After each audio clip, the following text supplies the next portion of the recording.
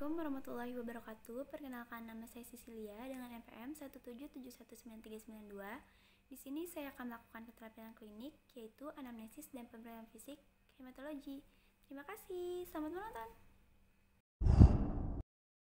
Selamat siang Ibu, silakan duduk Bu. Baik dok, siang dok. Perkenalkan Bu, saya dengan Dr. Sisil, dokter yang akan bertugas di klinik pada hari ini. Jadi saya akan memberikan pertanyaan kepada Ibu nanti, kemudian Ibu tolong dijawab ya Bu dengan jujur. Apakah Ibu bersedia Bu? Bersedia dok. Baik, kalau boleh tahu dengan Ibu siapa Bu? Dengan Ibu Amanda. Usianya berapa ya Bu? 30 tahun. Alamatnya di mana Bu? Di Bekasi. Oh Bekasi. Kalau boleh tahu pekerjaan Ibu apa ya Bu? Ibu rumah tangga. Oh, ibu rumah tangga. Ibu kesini sendirian aja, Bu? Atau diantar suami nih, Bu? Ini diantar suami saya. Oh, diantar suami. Baik, Ibu. Apa ada keluhan yang bisa saya bantu, Bu? Ini dok, badan saya tuh lemes banget gitu. Lemesnya ini kira-kira di seluruh badannya atau hanya di bagian-bagian tertentu aja, Bu? Misalkan kayak di bagian tangan doang atau di kaki aja gitu, Bu? Di seluruh badan sih dok, pada lemes gitu. Baik, seluruh badan ya, Bu. Kira-kira sudah berapa hari nih, Bu, lemesnya? Sekitar 5 hari yang lalu sih dok. Baik, 5 hari yang lalu.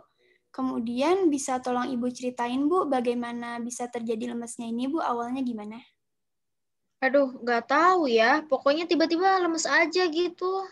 Oh, berarti tiba-tiba lemes gitu ya, Bu? Mm-mm. Kalau saya boleh tahu, lemesnya ini kira-kira sampai mengganggu aktivitas Ibu nggak nih, Bu? Iya dok, sangat ganggu banget aktivitas saya gitu. Oke, baik. Lemesnya ini terus-menerus atau hilang timbul gitu, Bu? Terus menerus sih dok. Baik, terus-menerus ya. Jika saya gambarkan dari angka 1 sampai 10, kira-kira derajat sakitnya ini ada di nomor berapa, Bu? Di nomor 8 sih dok ini. Oh, berarti sangat lemah sekali ya, Bu. Iya. Biasanya faktor seperti apa, Bu, atau aktivitas seperti apa, Bu, yang bisa memperberat sakitnya ini, Bu? Kayaknya sih kalau saya lagi kecapean, bener-bener capek banget gitu ya. Apalagi kalau saya kan suka bergadang nih. Nah itu. Baik. Kalau yang bisa memperingan sakitnya seperti apa, Bu? Biasanya sih ya tidur-tiduran aja gitu ya. Rebahan lah gitu. Baik, Bu. Selain lemas, apakah ada keluhan yang lain, Bu? Oh iya, ada dok. Saya juga merasa pusing gitu. Terus menstruasi saya tuh kayak bermasalah gitulah dok. Oh, baik. Pusingnya ini kira-kira lokasinya di seluruh kepala atau di bagian setengah kepala gitu, Bu? Di seluruh kepala dok. Oh, baik. Kemudian pusingnya ini sudah terjadi berapa lama, Bu? Sama sih dok, udah 5 hari yang lalu juga. Oke. Pusingnya ini kira-kira seperti apa, Bu? Mungkin seperti ditusuk-tusuk atau seperti diikat dengan tali gitu, Bu? Enggak sih dok, pusingnya itu biasa aja. Terus gak ada rasa muter-muter gitu juga gak ada. Oke, baik. Kalau boleh saya tahu siklus menstruasinya kayak gimana nih, Bu? Apakah lancar, Bu? Lancar sih, cuman kayak lama banget gitu. Oh, lama. Emang biasanya berapa lama, Bu? Ya sekitar 10-15 hari lah gitu. Baik, maaf nih Bu, kalau boleh saya tahu darah menstruasinya ini warnanya seperti apa ya Bu? Kemudian teksturnya seperti apa Bu? Kalau warnanya sih merah kehitaman gitu ya dok. Terus kayak ada gumpalannya juga deh gitu. Encer juga gitu nggak Bu? Atau terus-terusan gitu keluarnya? Encer sih dok. Terus kayak sor-sor gitu-gitu aja sih dok. Baik Bu. Kalau keluarnya itu jumlahnya itu banyak banget Bu? Banyak dok, sampai sehari tuh kadang bisa ganti sampai 5 kali pembalut atau bahkan kadang lebih sih. Emang kalau boleh tahu merek pembalutnya yang biasa Ibu pakai itu apa Bu? Oh, L'Oreal. Oh, Laurier, baik. Apakah berat badan Ibu stabil Bu? Iya, stabil kok. Kalau BAB-nya apakah bermasalah Bu? Kalau BAB-nya juga nggak ada masalah sih dok. Oh, bagus. Kalau gusi ibu sendiri gimana, Bu? Apakah mudah berdarah gitu? Enggak sih, Dok. Enggak. Oke, baik. Apakah dulu ibu pernah mengalami keluhan seperti ini juga, Bu? Pernah, Dok, menstruasinya sih. Itu kapan, Bu, terjadinya?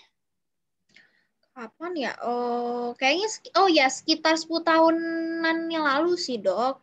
Terus terjadinya ini ya terus-menerus. Baik. Apakah sudah ibu cek ke dokter gitu, Bu, atau ke rumah sakit, ke klinik gitu? Belum pernah sih, Dok.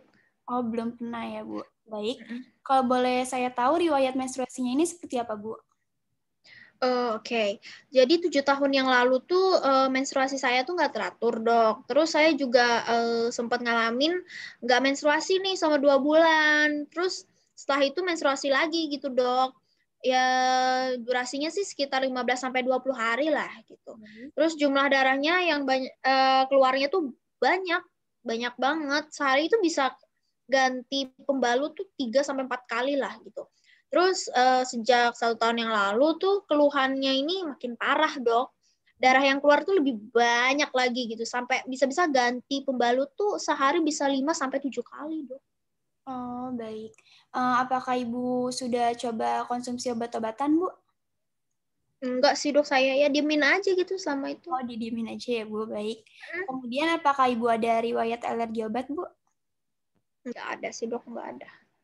Kalau dari keluarga sendiri, apakah ada yang pernah mengalami sakit seperti ini juga, Bu? Atau ada penyakit turunan gitu, Bu? Enggak ada deh, enggak ada, Dok. Baik, nggak ada ya, Bu. Kemudian kalau boleh saya tahu nih, kebiasaan sehari-hari ibu itu apa, Bu? Ya, kalau saya mah biasanya jalan-jalan gitu ya, jalan-jalan sore. Terus saya juga kadang suka jogging tiap pagi sih, Dok, gitu. Oke, Rutin lah. baik. Maaf, Bu, sebelumnya apakah ibu menggunakan alat kontrasepsi, Bu? Enggak sih, Dok. Nggak baik. Kalau apakah ibu sering mengkonsumsi daging merah gitu, Bu, dan sayur-sayuran? Oh iya, Dok, saya juga konsumsi daging merah ya, seminggu 2 kali. Kalau saya sayuran mah saya setiap hari sih, Dok, saya makan. Oh, berarti rutin ya, Bu, sayurannya, Bu. Iya. Baik, Ibu, anamnesisnya sudah selesai ya, Bu. Saya akan konfirmasi kembali untuk keluhannya. Jadi dengan Ibu Amanda, usianya 30 tahun, alamatnya itu di Bekasi. kemudian pekerjaannya ibu rumah tangga, kemudian keluhannya itu lemah sekali ya, Bu, di seluruh tubuh, kemudian sudah 5 hari, sampai mengganggu aktivitas. Lalu keluhan lainnya itu ada pusing dan menstruasi yang tidak teratur. Misalnya itu berlangsung lama sekitar 10-15 hari. Dengan jumlah yang banyak ya, Bu. Kemudian ada riwayat penyakit dahulu juga. Dari keluarga tidak ada yang pernah mengalami keluhan serupa. Kemudian belum pernah ke rumah sakit ataupun mengonsumsi obat-obatan. Kemudian sering mengonsumsi sayur-sayuran dan daging 2 kali seminggu. Serta tidak ada riwayat alergi obat ya, Bu. Baik, Ibu, apakah ada yang belum saya sebutkan, Bu? Atau ada hal yang ingin Ibu tanyakan? Oh, enggak ada sih, Dok. Sebenarnya sudah cukup. Baik, sudah cukup jelas ya, Bu. Selanjutnya, Ya, saya sudah. akan catat hasilnya di rekam medis. Oke, iya, Dok. Oke, baik Ibu. Jadi untuk penegakan diagnosis selanjutnya, Ibu perlu dilakukan untuk pemeriksaan fisik, Bu, di mana nanti mungkin menimbulkan sedikit ketidaknyamanan, karena nanti Ibu diminta untuk melepaskan pakaian Ibu, kemudian saya akan melakukan pemeriksaannya, Bu. Untuk itu, apakah Ibu bersedia, Bu? Bersedia, Dok. Baik Ibu, jadi saya dengan Dokter Sisil, dokter yang akan melakukan pemeriksaan fisik pada hari ini. Jadi pertama-tama saya akan memeriksa ketersediaan alat terlebih dahulu. Di sini ada stetoskop, kemudian ada termometer, dan ada sphygmomanometer. Setelah itu saya akan mencuci tangan saya terlebih dahulu.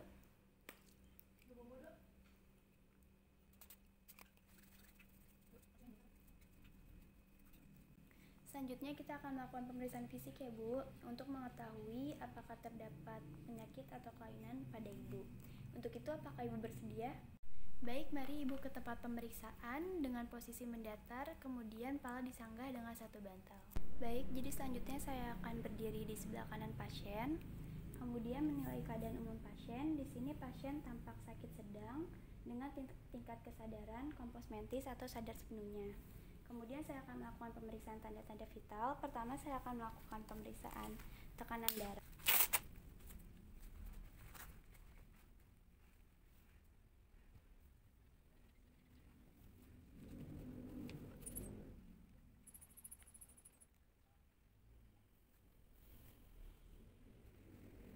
Di sini tekanan darah pasien yaitu 100/80 mm air raksa.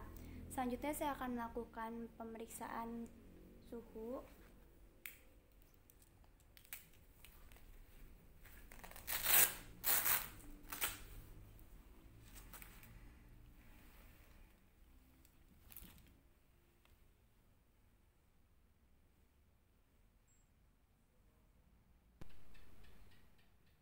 Di sini terlihat suhu pasien yaitu 36,5 derajat Celcius, berarti dalam batas normal. Kemudian saya akan melakukan pemeriksaan denyut nadi.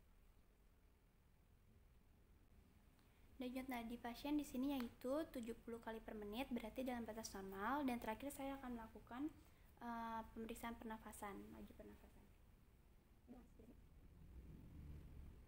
Hasilnya yaitu 17 kali per menit, berarti dalam batas normal. Selanjutnya saya akan melakukan pemeriksaan kepala dan leher. Pertama saya akan melakukan inspeksi pada rambut. Hasilnya yaitu distribusi merata, kemudian tidak tipis, tidak terlihat adanya kebotakan, dan warnanya merata. Kemudian warna kulitnya juga pucat. Kemudian saya akan melakukan palpasi. Pada palpasi rambut itu tidak mudah rontok. Kemudian saya akan melakukan pemeriksaan pada konjungtiva mata kanan dan mata kiri. Tolong lirik ke atas dulu. Lirik ke atas dulu. Lirik ke bawah, Bu. Lirik ke bawah, Bu. Hasilnya itu konjungtiva mata kanan dan kiri anemis. Kemudian saya akan melakukan pemeriksaan pada sklera mata kanan dan mata kiri. Hasilnya itu ikterik atau kekuningan. Kemudian saya akan melakukan pemeriksaan pada mulut, lidah, dan bibir. Di sini terlihat pada bibirnya itu agak pucat dan agak pecah-pecah. Kemudian tolong buka mulutnya, Bu.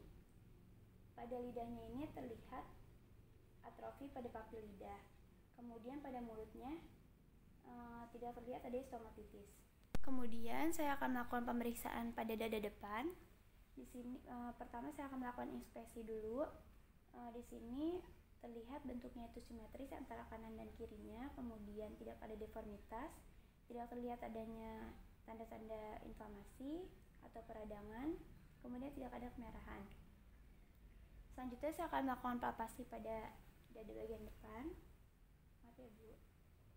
Soalnya Ibu sebut 77, Bu. 77. Di sini tidak ada nyeri tekan, kemudian saya akan melakukan perkusi pada dada.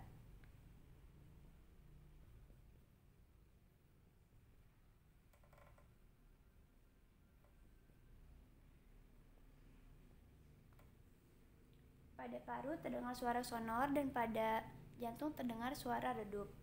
Kemudian saya akan melakukan auskultasi pada dada.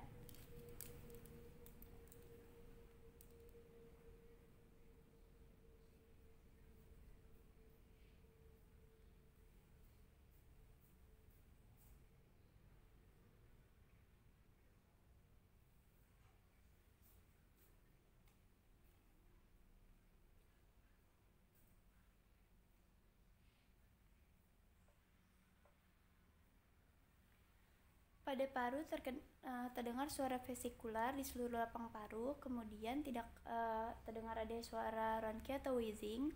Kemudian pada jantung terdengar suara bunyi jantung 1 dan jantung 2. Selanjutnya saya akan melakukan pemeriksaan abdomen. Pertama saya akan melakukan inspeksi abdomen.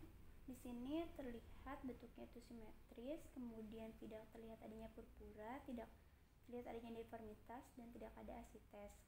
Selanjutnya saya akan melakukan auskultasi di 4 kuadran abdomen atau perut.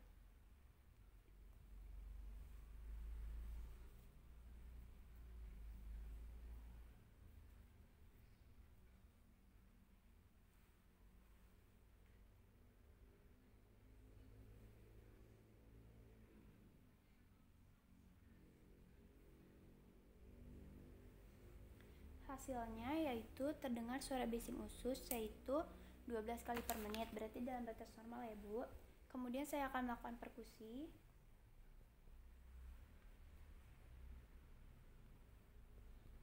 Di sini terdengar suara pekak. Selanjutnya saya akan melakukan palpasi. Pertama, palpasi hepar dimulai dari sias kanan hingga arkus kostek kanan dengan menggunakan palmar.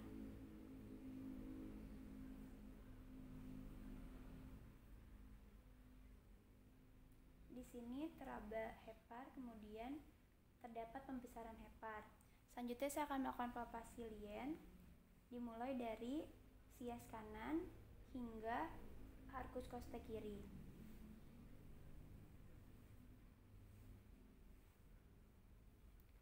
Di sini teraba lien dan kemudian terdapat adanya pembesaran lien.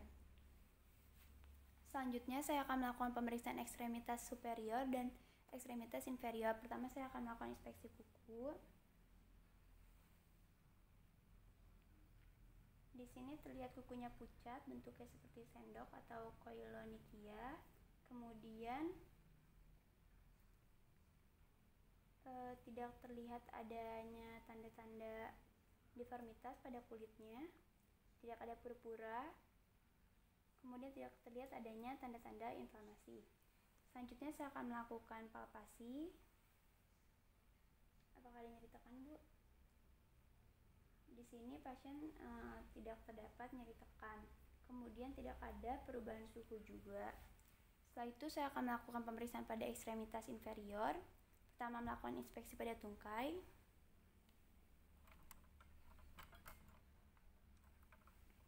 Di sini pada inspeksi itu hasilnya tidak terlihat adanya tanda-tanda inflamasi atau peradangan, tidak ada deformitas, kemudian tidak ada purpura.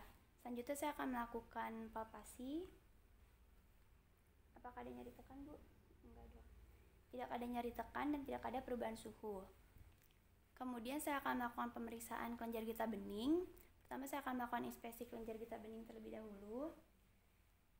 Di sini tidak terlihat adanya pembesaran kelenjar getah bening. Kemudian di bagian aksila, tolong Ibu angkat tangannya, Bu. Kanannya. Tidak terlihat adanya pembesaran kelenjar getah bening. Kemudian tangan sebelahnya tidak terlihat adanya pembesaran kelenjar getah bening. Kemudian saya akan melakukan palpasi pada kelenjar getah bening, dimulai dari preauricularis, kemudian auricularis posterior, occipitalis, tonsillaris, submandibularis, submentalis, kemudian cervicalis superficial, cervicalis posterior, kemudian cervicalis rantai dalam, dan supraclavikular. Di sini hasilnya yaitu tidak teraba adanya pembesaran kelenjar getah bening. Kemudian selanjutnya saya akan melakukan tes rampelit atau tes pembendungan, di mana nanti saya akan mengukur tekanan darah pasien dengan menggunakan sphygmomanometer. Setelah selesai, tentukan titik tengahnya atau nilai tengahnya dengan cara menjumlahkan sistolik dan diastolik lalu dibagi 2. Setelah itu mengukur tekanan darahnya kembali, lalu ditahan selama 5 menit pada nilai atau titik tengah yang sudah ditentukan tadi. Setelah itu melepaskan sphygmomanometer, kemudian lihat hasilnya. Jika PTQ yang muncul lebih dari 10, maka hasil tes rampelitnya itu positif, dan sebaliknya jika PTQ yang muncul kurang dari 10, maka hasil tes rampelitnya itu negatif. Baik Ibu, pemeriksaannya telah selesai ya Bu. Dari hasil anamnesis dan pemeriksaan fisik yang telah dilakukan, pada pemeriksaan fisiknya itu tadi tanda vitalnya itu dalam batas normal Bu. Kemudian pada pemeriksaan kulitnya itu terlihat pucat, konjungtiva kanan dan kirinya itu anemis, kemudian skleranya kanan dan kirinya itu ikterik atau kekuningan ya Bu. Kemudian bibir Ibu itu pucat, kemudian pada lidah terdapat atrofi papil atau pada permukaan lidah Ibu itu licin, Bu. Selanjutnya pada pemeriksaan dada depannya itu dalam batas normal, Bu. Lalu pada pemeriksaan abdomen atau perut Ibu itu terdapat pembesaran, Bu, pada hati dan limfanya, Bu. Kemudian pada pemeriksaan ekstremitas superior dan inferior, pada kuku tangan dan kaki Ibu itu terdapat koilonychia, Bu, atau gangguan kuku, yaitu seperti bentuk kukunya itu tidak normal, Bu. Kemudian pada pemeriksaan kelenjar getah beningnya itu dalam batas normal, tidak terdapat pembengkakan pada kelenjar getah bening, Bu. Terakhir itu pada rampal testnya itu atau tes pembendungan, hasilnya itu dalam batas normal, Bu. Jadi kemungkinan ini Ibu terkena anemia, Bu, atau kekurangan darah, yaitu suatu kondisi ketika darah tidak memiliki sel darah merah sehat yang cukup. Untuk itu, saya sarankan Ibu untuk perbanyak makan makanan yang sehat, Bu, kemudian mempunyai gizi yang seimbang, makanan dengan asupan tinggi zat besi, kemudian perbanyak minum vitamin ya, Bu. Baik, Oke, Dok. pemeriksaannya sudah selesai ya, Bu. Apakah ada yang ingin Ibu tanyakan lagi, Bu? Nggak ada, Dok. Sudah cukup jelas berarti ya, Bu? Iya. Selanjutnya saya akan catat hasilnya di rekam medis, Bu. Baik, terima kasih, Bu. Selamat siang. Sudah menonton, jangan lupa like, comment, and subscribe ya.